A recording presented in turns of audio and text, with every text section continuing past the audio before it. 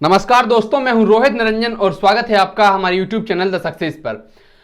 प्यारे साथियों, आज के इस वीडियो में हम बात करने वाले हैं यूपीएसआई में एक बहुत ही महत्वपूर्ण टॉपिक है रीजनिंग में मानसिक अभियोग्यता, मानसिक योग्यता टेस्ट। इसके बारे में आज हम चर्चा करेंगे और इसके जो बहुत ही अधिक महत्वपूर्ण प्रश्न है उनका अभ्यास करेंगे। प्यारे साथियों, इस टॉपिक में होता क्या है कि हमको निर्णय लेना होता है, डिसीजन मेकिंग का काम करना होता है। कैसे निर्णय लेना होता है? जैसे कि हमसे प्रश्न पूछने वाला कहेगा कि बताइए, यदि कोई व्यक्ति का एक्सीडेंट हो जाता है, आप वहां से गुजर रहे हैं, तो आप क्या करेंगे? उसको देखकर अनदेखा करेंगे, तुरंत एम्बुलेंस को फोन लगाएंगे,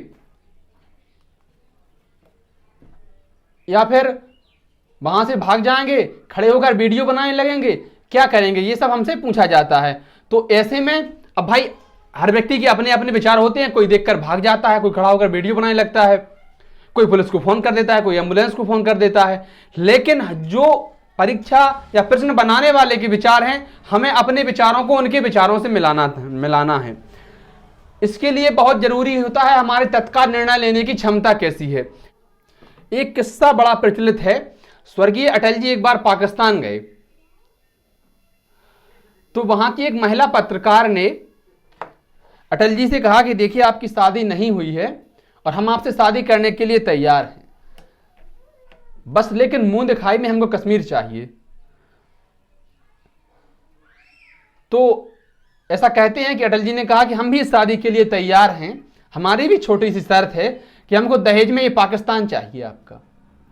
अब सोचिए, जवाब सुनकर क्या उस पत्रकार के पास कोई जवाब रहा होगा? ये थी हाजिर जवाबी, तत्काल निर्णय लेने की क्षमता। हम जैसे ही किसी मुसीबत में पड़ते हैं, जैसे ही कई प्रकार की हमारे सामने चुनौतियां आती हैं, तो उस समय हम क्या सोच पाते हैं? कई बार दिमाग बिल्कुल ब्लॉक हो जाता है, कुछ लोग बिखर जाते हैं, कुछ लोग निखर जाते हैं। तो चलिए अब हम शुरू करते हैं प्रश्नों का अभ्यास। और पहला प्रश्न हमसे कह रहा है, पहले निर्देश है कि नीचे दिए गए प्रश्नों का उत्तर दीजिए, है ना। तो पहले ही प्रश्न हमसे कह रहा है, आप रात में एक सड़क पर चल रहे हैं और आप देखते हैं कि शराबी आदमी एक गति अवरोधक से ठोकर खाता है और एक पोल पर अपना सिर टकरा देता है और बेहोश होकर गिर जाता है। तो आप पहले क्या करेंगे? प्रश्न को एक बार फिर पढ़ लीजिए जो आपके सामने है। आप रात में कहीं जा रहे थे, आपने देखा कि कोई शराबी नशे में है, गति अवरोधक से, ब्रेकर से, डिवाइडर से टकराता है और उसका पोल में सिर लगता है, चोटिल हो जाता है, बेहोश हो जाता है। तो ऐसे में आप क्या करेंगे? 4 विकल्प हैं। आदमी के व्यवहार को अनदेखा करेंगे क्योंकि वह नशे में है, एम्बुलेंस को कॉल करेंगे और चेतना में वापस आने के लिए से पहले उसे छोड़ देंगे। तीसरा यह है कि पुलिस को बुलाएंगे और उसे गिरफ्तार करवाएंगे। चौथा है, एम्बुलेंस को कॉल करेंगे और सुरक्षित दूरी पर प्रतीक्षा करेंगे जब तक यह पहुंचता है। अब देखिए, जो इसके 4 विकल्प दे रखे होते हैं, है ना, ये चारों ही अलग अलग लोगों के अलग अलग नजरिए से सही होते हैं। कुछ देखकर वीडियो बनाने लग जाते हैं, कुछ देखकर डॉक्टर को बुलाने लग जाते हैं, एम्बुलेंस को, कुछ पुलिस को बुलाते हैं, कुछ भाग जाते हैं कि हम किसी व्याध में पड़ना नहीं चाहते। तो इस प्रश्न के हिसाब से सही आंसर क्या होना चाहिए प्यारे साथियों? इस प्रश्न के हिसाब से जो सही आंसर होगा वो होगा चौथा विकल्प, एम्बुलेंस को कॉल करेंगे और सुरक्षित दूरी पर प्रतीक्षा करेंगे जब तक यह पहुंचता है। क्योंकि सुरक्षित दूरी पर ही क्यों करेंगे, उसके पास क्यों नहीं जाएंगे? क्योंकि देखिए, इंसान नशे में है, इंसान नशे में है, वहां उसके पास जाना जोखिम भरा भी हो सकता है।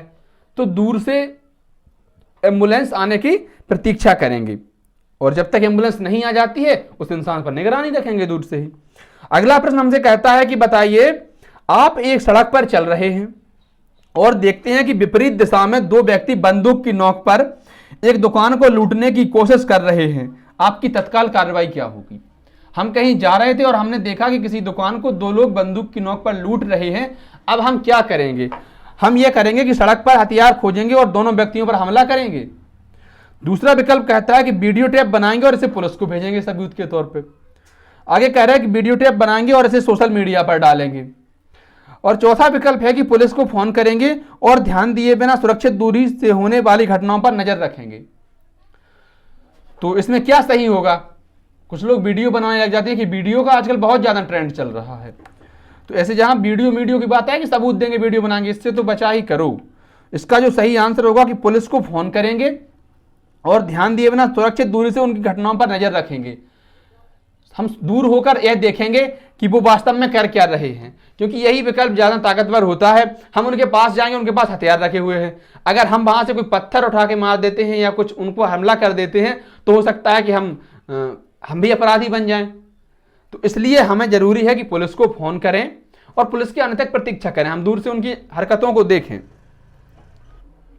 अगला प्रश्न है भाई कि एक आरोपी को न्यायालय में मुकदमे के लिए ले जाया जा रहा है और आप उसकी वैन के पीछे एक कार में हैं। आप देख सकते हैं कि सामने वाली वैन से आरोपी भागने की कोशिश करता है, आप क्या करेंगे? मान लीजिए सामने की गाड़ी में पुलिस आरोपी है, कुछ पुलिस के जवान बैठे हुए हैं और उसमें से वो आरोपी भागने की कोशिश कर रहा है, पीछे की गाड़ी में हम हैं। अब हम क्या करेंगे? ये हमको 4 विकल्पों में से चुनना है। उसके वैन से बाहर निकलने तक प्रतीक्षा करेंगे और फिर उसे गोली मार देंगे। दूसरा विकल्प कहता है कि सहायता के लिए मुख्यालय को फोन करेंगे, पुलिस हेडक्वार्टर को फोन करेंगे। तीसरा विकल्प यह है कि अपनी कार को वैन के दरवाजे के करीब ले जाएंगे जिससे कि वह बच ना सके और अपनी बंदूक तैयार रखेंगे। वैन को अपनी कार से टक्कर मारेंगे जिससे कि आरोपी अंदर गिर जाए। ये 4 विकल्प हैं भाई, सही क्या होगा? अब देखिए 2 प्रकार के प्रश्न बनते हैं, 2 प्रकार के निर्णय लेने होते हैं। एक तो सब इंस्पेक्टर की परीक्षा के लिए है, तो उनमें वो यह भी सोच सकती है कि आप पद पर हैं, सब इंस्पेक्टर हैं, ऐसे में आप क्या करेंगे। दूसरा ये बनता है कि एक सामान्य नागरिक हैं आप, तब आप क्या करेंगे। तो ऐसे में मान लीजिए हमसे प्रश्न में है कि आरोपी जो है भागने की कोशिश कर रहा है, तो हम क्या करेंगे? पहला विकल्प, उसे वैन से बाहर निकलने तक प्रतीक्षा करेंगे और फिर उसे गोली मार देंगे। जी नहीं भाई, ये विकल्प तार्किक नहीं होता है। सहायता के लिए मुख्यालय फोन करेंगे, जब तक फोन करेंगे वहां अटेंड होगा तब तक तो यहां पर वो भाग भी जाएगा।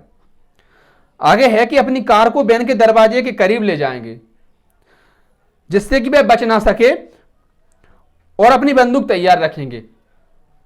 यह विकल्प ज्यादा कारगर है, क्योंकि जब अपनी कार को वैन के दरवाजे के पास ले जाएंगे तो वहां से उसको भागने में दिक्कत होगी, अगर वो भागेगा तो उसको टक्कर हो जाएगी, ये उसके अंदर डर होगा। दूसरी चीज, अपनी बंदूक को भी तैयार रखेंगे। चौथा विकल्प है कि वैन को अपनी कार से टक्कर मारेंगे जिससे कि आरोपी वापस अंदर गिर जाए। उसके अंदर कुछ और भी तो जवान बैठे होंगे, उनको भी तो हानि होगी, वो भी तो गिर जाएंगे। तो चौथा विकल्प भी गलत है भाई, तीसरा विकल्प इसका सही हो जाएगा। अगला प्रश्न देखिए कि आप एक खाली सड़क से एक बंजर क्षेत्र के माध्यम से देर से गाड़ी चला रहे हैं और कुछ दूरी पर आप एक पुलिस अधिकारी को बाढ़ में फंसे हुए घायल और आधे बेहोश देखते हैं, आप क्या करेंगे? प्रश्न है कार रोकेंगे, एम्बुलेंस को कॉल करेंगे और पुलिस को सूचित करेंगे। दूसरा है गाड़ी चलाते रहेंगे और अनदेखा करेंगे। तीसरा है कि एम्बुलेंस को कॉल करेंगे लेकिन अपनी कार से बाहर नहीं निकलेंगे। चौथा है कि पुलिस को बुलाएंगे और गाड़ी चलाते रहेंगे। ये 4 विकल्प हैं, क्या सही होगा भाई? हम किसी को डूबता देख रहे हैं, तो पहला विकल्प इसके लिए है कार रोकेंगे, एम्बुलेंस कॉल करेंगे और पुलिस को सूचित करेंगे। यह विकल्प इसमें ज्यादा कारगर होता है। गाड़ी चलाते रहेंगे, अनदेखा करेंगे, बिल्कुल ये नैतिक जिम्मेदारी नहीं है। एम्बुलेंस कॉल करेंगे, कार से बाहर नहीं निकलेंगे, यह भी नहीं हो सकता भाई। पुलिस को बुलाएंगे और गाड़ी चलाते रहेंगे। पहले ऑप्शन में एक चीज मिसिंग है कि कार से बाहर तो निकलना पड़ेगा उसको बचाने के लिए, ये शायद ऑप्शन में मिसिंग है। लेकिन इन जो बाकी के 4 विकल्प हैं उनमें से 3 विकल्प हैं, ये पहला ही ज्यादा बेहतर है। आगे देखते हैं कि इसमें क्या है कि 2 कार्यवाही ली गई हैं।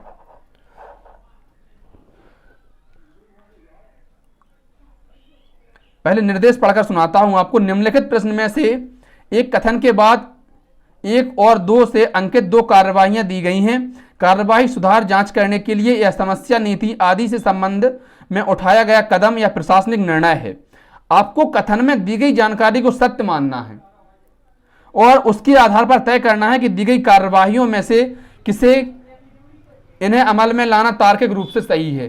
पहली बात तो यह है कि जो कथन में जानकारियां दी गई हैं उनको पूरी तरह से सही मानना है। वो जो कार्यवाहियां दी गई हैं उनको सही या गलत मान सकते हैं, क्या करना चाहिए क्या नहीं करना चाहिए। और कथन हमसे कहता है कि आम चुनावों के दौरान कुछ नेताओं को एक अभूतपूर्व पैमाने पर अनुचित गतिविधियां करते हुए देखा जा सकता है। आम चुनावों के दौरान कुछ नेताओं को अभूतपूर्व पैमाने पर अनुचित गतिविधियां, समझिए भाषा को, अभूतपूर्व मतलब बहुत अधिक पैमाने पर, अनुचित मतलब कि जो जायज नहीं है, जो नाजायज है, जो गलत है, जो अवैध है, ऐसे कार्रवाई करते हुए देखा जाता है। आम चुनाव पता है क्या होता है? बहुत सारी एक टोकरी आम रखी हूं, उसमें से अच्छे अच्छे आमों को चुनना आम चुनाव होता है ना? जी नहीं, लोकसभा चुनाव को हम आम चुनाव कहते हैं ना। अब इसकी जो दो कार्यवाही दी गई हैं कि चुनाव स्थगित कर दिए जाएं, क्या चुनाव स्थगित कर दिए जाएं, या फिर जो नेता ऐसी गतिविधियों में शामिल हैं उन्हें चुनाव लड़ने की अनुमति नहीं दी जानी चाहिए। तो भाई पहला जो विकल्प होगा वो बिल्कुल तार्किक नहीं होगा। हम चुनाव नहीं रोक सकते। आम चुनाव बहुत बड़ी चीज होती है, देश का सबसे बड़ा चुनाव होता है, सबसे बड़ा लोकतंत्र का त्योहार होता है। दूसरा जो है कि जो नेता ऐसी गतिविधियों में शामिल हैं उन पर चुनाव लड़ने के लिए प्रतिबंधित कर दिया जाए, और यही इसका सही होगा। तो सही विकल्प होगा हमारा दूसरा आंसर, केवल 2 अनुसरण करता है। देखिए मेरे भाई, अगला प्रश्न हमसे क्या कहता है कि कल्पना कीजिए कि आप 5वीं मंजिल पर अपनी बालकनी में खड़े हैं और आप देखते हैं कि आपके सामने की इमारत का एक व्यक्ति 7वीं मंजिल पर अपनी बालकनी में फिसल गया और रेलिंग से लटक गया। तो आपकी तत्काल कार्यवाही क्या होगी? हम उसको देखते हैं, ऐसे में हम क्या करेंगे। पहला विकल्प है कि अपने भवन के गार्ड को बुलाएंगे और उसे चलने और व्यक्ति को बचाने के लिए कहेंगे। दूसरा है कि अपने भवन के सचिव को बुलाएंगे और उसे भवन के सचिव को फोन करने के लिए कहेंगे और उन्हें व्यक्ति को बचाने के लिए कहेंगे। तीसरा है कि अपनी बालकनी से जोर से चिल्लाएंगे ताकि व्यक्ति इकट्ठा हो और व्यक्ति को बचाने का तरीका सोचें। चौथा है व्यक्ति की मदद के लिए फायर ब्रिगेड को बुलाएंगे। ये 4 विकल्प हमारे सामने हैं। तो ऐसे में हमारी तत्काल कार्रवाई क्या होगी? मान लीजिए कोई इंसान रेलिंग से लटका हुआ है, हम फायर ब्रिगेड से फोन करेंगे। क्या उसके बाजुओं में इतनी ताकत होगी कि वो 15 मिनट और लटक सके, या उसके अंदर हृदय में इतनी जान बची होगी? और विकल्प है कि अपनी बालकनी से जोर से चिल्लाएंगे ताकि लोग इकट्ठे हो जाएं। क्या ये जरूरी है कि लोग उस समय फालतू होंगे आपकी चिल्लाहट, आपकी आवाज सुनकर चिल्लाने के लिए? आपको देखेंगे कि आप क्यों चिल्ला रहे हैं, फिर आप उनसे कहेंगे वो कूद रहा है उसको देखिए। अपने भवन के सचिव को फोन लगाएंगे, फिर उस सचिव से कहेंगे आप उस बिल्डिंग की सचिव को फोन लगाइए, और फिर उसे बचाने के लिए कोई तरीका सोचिए। तो पहला विकल्प इसमें जो है कि अपने भवन के गार्ड को बुलाएंगे और उस चलने और व्यक्ति को बचाने के लिए कहेंगे। साथ चलेंगे व्यक्ति को बचाने के लिए और उस गार्ड को भी साथ लेवा चलेंगे। ये इसकी कार्रवाई ज्यादा सही है बाकी के विकल्पों में से। अगला प्रश्न देखिए, बढ़िया मजेदार प्रश्न है। निर्देश सुनिए पहले कि निम्नलिखित प्रश्न में एक कथन के बाद 1 और 2 से अंकित 2 कार्रवाइयां दी गई हैं। आपको कथन में दी गई जानकारी को सत्य मानना है। देखो, कथन में जो जानकारी दी जाती है वो बिल्कुल सत्य माननी पड़ती है। जैसे कि वो बैन आरेख होते हैं, न्याय निगमन होते हैं, उनमें कहा कुछ कुत्ते बिल्ली हैं, तो कुछ भी हो जाए, कुछ कुत्ते बिल्ली हैं तो हैं, कुछ खरगोश शेर हैं तो हैं, कोई इसमें दूसरा विकल्प नहीं बचता है। तो जो जानकारी दी होती है कथन में हमको वो पूरी तरह से सही माननी होती है, और इसके आधार पर तय करना है कि दी गई जानकारियों में से किसे या किन्हें अमल में लाना तार्किक रूप से सही है। अब कथन सुनिए पहले कि यातायात नियमों को लागू के बावजूद शहर में नियमित यातायात का उल्लंघन देखा जाता है। यातायात नियम लागू हैं लेकिन फिर भी यातायात नियमों का उल्लंघन शहर में बराबर हो रहा है, तो क्रियाविधि क्या होगी? क्या हमको और करना चाहिए? नियम उल्लंघन के लिए जुर्माना राशि को अधिक किया जाना चाहिए। मान लीजिए जैसे कि अभी हेलमेट के लिए 500 रुपये चार्ज लगता है, हम उसको 5000 कर देते हैं, तो शायद फिर कोई बिना हेलमेट के ना निकले। क्या ये ज्यादा सही है? या दूसरा कथन है, दूसरी क्रियाविधि है कि नागरिकों को शामिल करने के लिए उपायों को अपनाया जाना चाहिए जहां उन्हें उल्लंघन की रिपोर्ट करने के लिए पुरस्कृत किया जाना चाहिए। देखिए 4 विकल्प हैं, केवल 1 अनुसरण करता है, केवल 2 अनुसरण करते हैं, 1 और 2 दोनों अनुसरण करते हैं, ना तो 1 और ना ही 2 अनुसरण करते हैं। तो पहला यह है कि नियम उल्लंघन के लिए जुर्माना राशि को अधिक किया जाना चाहिए। भाई ये भी पूरी तरह से सही है। अब कुछ बुद्धिजीवी कहेंगे कि गरीब आदमी है, वो 5000 का चालान कहां से कटवाए हेलमेट का? भाई उसने 1 लाख रुपए की गाड़ी ले रखी है तो 1000 रुपए का हेलमेट भी ले ले, क्या दिक्कत है इसमें? इंश्योरेंस करा रखा है अगर गाड़ी का, मान लीजिए बाइक का या 4 व्हीलर का, तो उसकी सेफ्टी के लिए है ना। आप 4 व्हीलर से ज्यादा सीट बेल्ट बांधने में क्या दिक्कत है? रेड लाइट है तो रुकने में क्या दिक्कत है? और अगर इनके लिए जुर्माना लगता है तो इसमें क्या दिक्कत है? हम अपने आप स्वतः ही उस जुर्माने के डर से नियमों का पालन करने लगेंगे। दूसरा विकल्प है कि नागरिकों को शामिल करने के लिए उपायों को अपनाया जाना चाहिए। मान लीजिए कोई नियमों से चल रहा है उसको पुरस्कृत किया जाना चाहिए, कोई नियमों को तोड़ रहा है उसकी सूचना देने वाले को पुरस्कृत किया जाना चाहिए। तो इससे क्या होता है, लोगों में कंपटीशन बढ़ता है, उनको डर रहता है कि कोई शिकायत न कर दे कि आप लोग गलत तरीके से गाड़ी चला रहे हैं, गलत तरीके से घूम रहे हैं, या फिर उनको खुशी होती है इस बात की कि भाई यातायात पुलिस ने सम्मानित किया क्योंकि हमने सीट बेल्ट पहन रखी थी, मास्क पहन रखा था, हम तैयार थे हर चीज के लिए। तो ऐसे में एक और दो दोनों ही कथन बिल्कुल सही हो जाएंगे। अगला प्रश्न भाई हमसे कह रहा है कि आप सुपरमार्केट में एक व्यक्ति को उसके ओवरकोट की जेब के अंदर सामान रखते हुए देखते हैं। सुपरमार्केट के पास ऐसी गतिविधियों की जांच करने के लिए कोई इलेक्ट्रॉनिक सुरक्षा प्रणाली नहीं है, आप क्या करेंगे? मान लीजिए हम किसी छोटे से मॉल में जाते हैं और हम देखते हैं कि किसी व्यक्ति ने कुछ सामान अपनी कोट की जेब में छिपा के रख लिया है। अब ऐसे में हम क्या करेंगे? तो पहला विकल्प है कि व्यक्ति को अधिनियम में पकड़ेंगे और उसे इस तरह की गतिविधियों के लिए डांटेंगे और उससे सारा सामान वापस लेंगे या इसके लिए भुगतान करने को कहेंगे। दूसरा यह है कि संबंधित सुरक्षा कर्मियों या सुपरमार्केट के मालिक को इसके बारे में सूचित करेंगे। तीसरा है कि व्यक्ति को नजरअंदाज करेंगे और अपना स्वयं का काम करेंगे। चौथा है कि व्यक्ति का वीडियो बनाएंगे और उसे सोशल मीडिया पर अपलोड करेंगे। पहला तो यह है कि व्यक्ति को अपन पकड़ेंगे, उससे डांटेंगे, उससे कहेंगे कि भाई तुम इसको या तो पैसे दो या इसके जो है सामान जाकिता रखो, वापस रखो। तो ऐसे में यह कथन तार्किक नहीं बैठता है क्योंकि हम उसके मालिक नहीं हैं। वो व्यक्ति कहेगा हाँ मैं तो देने ही वाला था ना, गेट पर जाके पेमेंट करता, आप कौन होते हो ये सब बोलने वाले। और विकल्प है कि व्यक्ति को नजरअंदाज करेंगे। यह जो है बहुत ज्यादा ट्रेंडिंग में चल रहा है, जिसको जो करना हो करो, तो व्यक्ति को नजरअंदाज करेंगे और अपना स्वयं का काम करेंगे, भाई अपने काम से काम रखेंगे। क्या ये सही है? जी नहीं, यह भी सही नहीं है। व्यक्ति का वीडियो बनाएंगे और सोशल मीडिया पर उसे अपलोड करेंगे, यह भी जायज नहीं है। मैंने कहा था पहले ही कि ये वीडियो बनाएंगे, ये करेंगे, वो करेंगे, बिल्कुल तार्किक नहीं होता है। दूसरा विकल्प जो है कि संबंधित सुरक्षा कर्मियों या सुपरमार्केट के मालिक को इसके बारे में सूचित करेंगे। हम उससे कहेंगे, वहाँ जो गार्ड होंगे या उनके जो ऑनर होंगे कि भाई ये देखिए ये इंसान ऐसा ऐसा कर रहा है, आप उसकी तलाशी ले सकते हैं।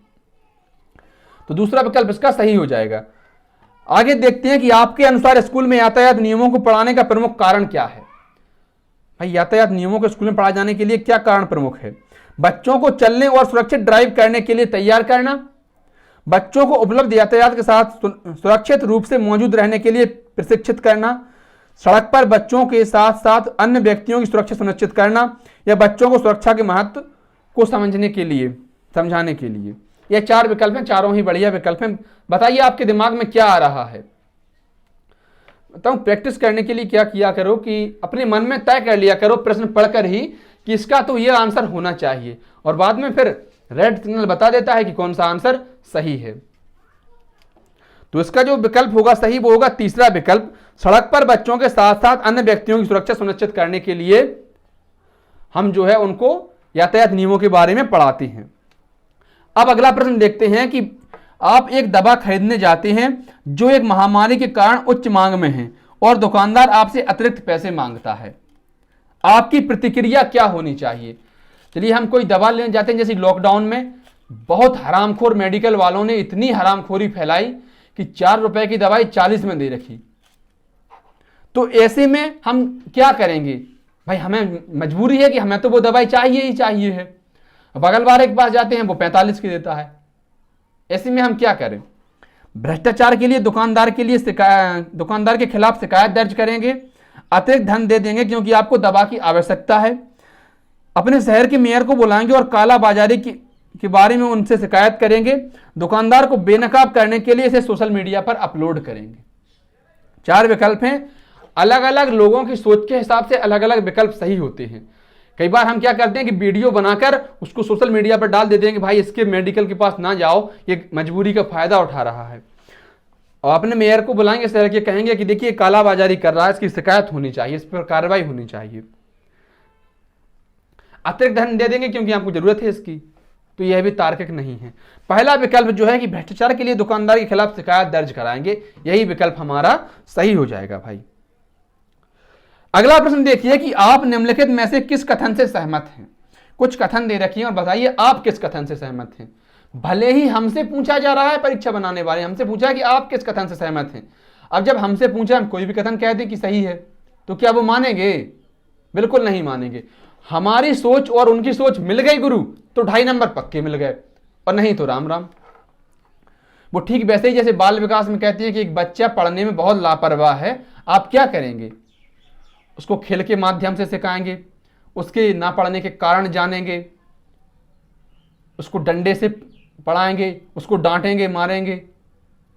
अब अलग अलग सोचने का तरीका हो, तो लोग कहेंगे डंडा उठा के तो देखो, वो तो ऐसे पढ़ेगा कि अगले दिन का भी पढ़ के आएगा।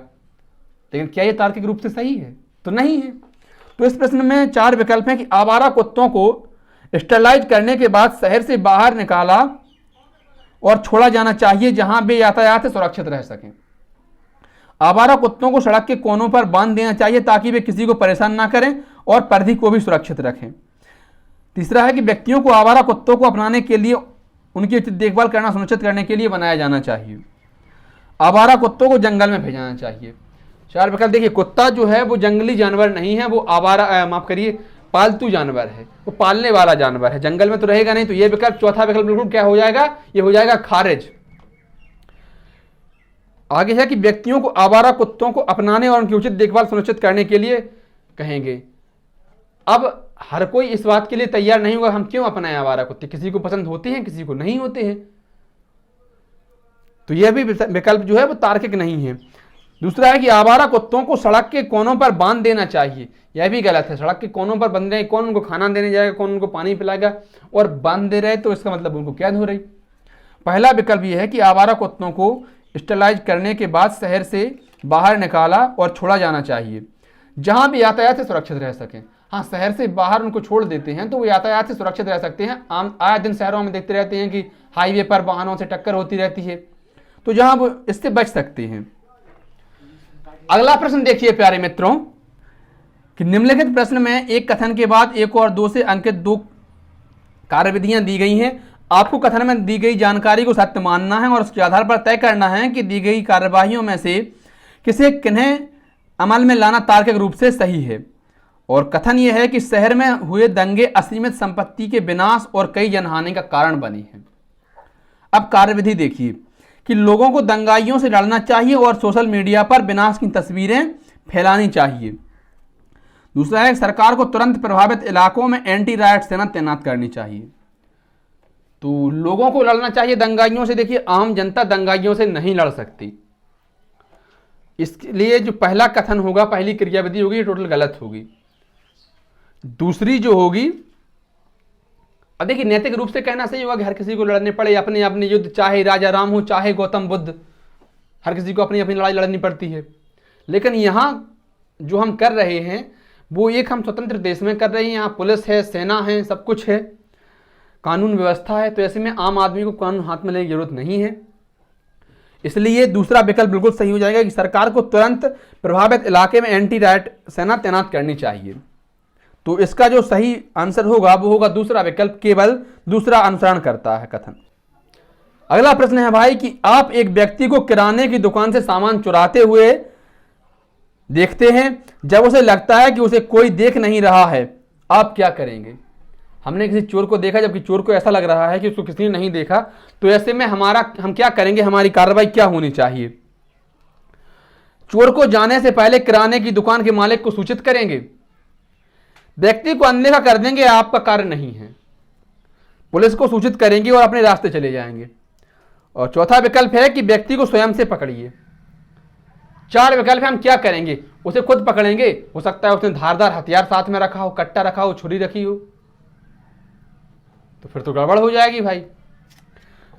और विकल्प है कि पुलिस को सूचित करेंगे और अपने रास्ते चले जाएंगे, पुलिस को फोन लगा के अपने रास्ते चले जाएंगे। मान लीजिए कि फिर वो चोर भी वहां से भाग जाता है, तो पुलिस वाले तो खाल खींचेंगे कि तुमने फोन लगाया, हमको फालतू समझ रखा है क्या? ना तुम खुद रहे, ना वहां चोर रहा। व्यक्ति को अनदेखा कर देंगे क्योंकि यह आपका कार्य नहीं है, यह भी हमारा नैतिक कर्तव्य नहीं बनता है। अब यह है कि चोर के जाने से पहले किराने के दुकान मालिक को सूचित करेंगे। एक तार्किक विकल्प यही बचता है कि चोर के भागने से पहले ही हम कोशिश करेंगे कि वहां के मालिक को पता चल जाए इसके बारे में, और वो उसको चोर को पकड़ लें, पुलिस बुला लें, फिर ये उनका कार्य होता है। हम तो सूचना उनको दे सकते हैं। मानसिक योग्यता टेस्ट, जिसके ये कुछ हमने प्रश्नों का अभ्यास किया। यूपीएसआई में से 2-3 प्रश्न लगभग पूछे जाते हैं और ये प्रश्न तय करते हैं कि परीक्षा हॉल में हमारे ऊपर प्रेशर कितना है, हमारे ऊपर दबाव कितना है, हम कितना सोच पा रहे हैं। नैतिक जिंदगी में भी इनका बहुत ही अधिक महत्व होता है कि जब हम किसी परिस्थिति में फंसते हैं तो वहां पर क्या कर रहे होते हैं, क्या हम तैयार होते हैं अपना जवाब देने के लिए, हम तैयार होते हैं किस कार्रवाई के लिए। कई बार हम कुछ आश्चर्यचकित देख लेते हैं तो सोच में पड़ जाते हैं, कुछ भी करने से डरते हैं। मान लीजिए कार में जा रहे हैं और जो ड्राइवर सीट पर जो बैठा हुआ इंसान गाड़ी चला रहा है उसको नींद आ जाती है, हम सामने ट्रक को आता देख लेते हैं, हड़बड़ी में कुछ बोल नहीं पा रहे हैं, है ना। तो ये जो तत्काल निर्णय लेने की क्षमता होती है ये व्यक्ति को बहुत आगे तक लेकर जाती है। धन्यवाद प्यारे साथियों, वीडियो को ज़्यादा से ज़्यादा शेयर कीजिए, लाइक कीजिए, हमारे चैनल को सब्सक्राइब कीजिए और अगर कोई कमी है तो निश्चित ही हमें कमेंट बॉक्स में या फ़ोन करके बताएं जिससे कि हम उचित सुधार कर सकें।